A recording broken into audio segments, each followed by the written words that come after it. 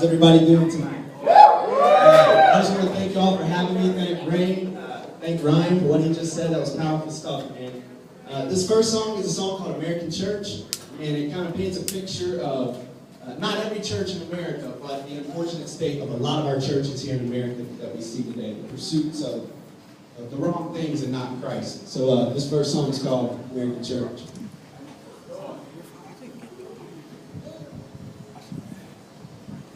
That's okay. I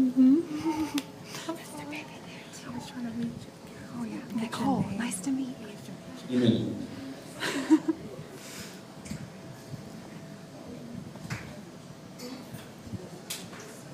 All right, while we're waiting on that, I'll actually move to my next piece. It's a spoken word. And it talks about something that my man Ryan was just talking about, and it talks with the topic of doubt. I think it's something that we all go through, believers or non-believers alike. We all go through seasons of doubt at times.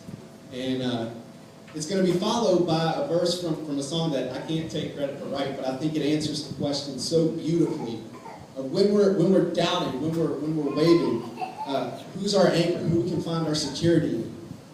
So this piece is called The Sands of Time.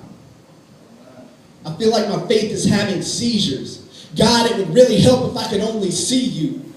Convulsing from irrational doubt. I just want to believe you, but I let the world around me become my preacher. The sin inside controls and grows like a cancer. The only treatment is grace, but do I believe that's the answer? Why, God, why? Why do you continue to love me when I constantly cheat on you like a whore in rehab being pimped at a funeral? Say that. The world is death. It's so attractive to the eye. Narrow and ugly is the path that's supposed to bring light. Is this true? Are you there? Why don't you answer me, God? Why do you make it so hard to believe that your son died for me? Just write it on the wall, God. That'll prove to me everything that you said is true. Come on! But wait, it won't stop the suffering. Why, God, why? If I believe your blood covers me, does this pain and sin continue from which I've been struggling? Just take it all away if you really love me. Fighting a battle, but stuck somewhere in between shame and pride. Too proud to be truly humble, yet ashamed of what's really inside. In the end, though, I can see that you used the struggle to make me a better man. I can see that through your strength, I can only truly stand. Like the hands of a father potter, you smooth with the sands of time. Your grace remains, and I'm still in your hands. I only pray that my faith remains and stands the test of time. When it's midnight and the gray skies fade to black, the waves splash and set me off track.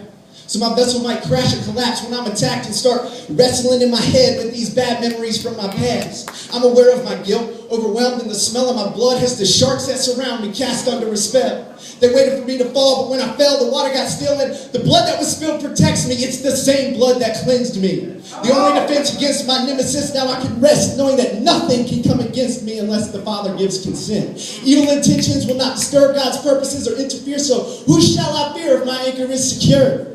Learning to consider it pure joy when I'm facing tribulations, praising God instead of complaining and getting overtaken with bitterness. Looking at the pages of the book of James to see the ways that God works through the trials to make us more mature in our faith. It helps me understand how desperate I am in this desert land, thirsty for your mercy and plan while you give me the strength to stand. You're my greatest pleasure, yeah. No matter the weather I face, Lord, you never forsake my fragile life. I'm safe under your sovereign grace. Yeah.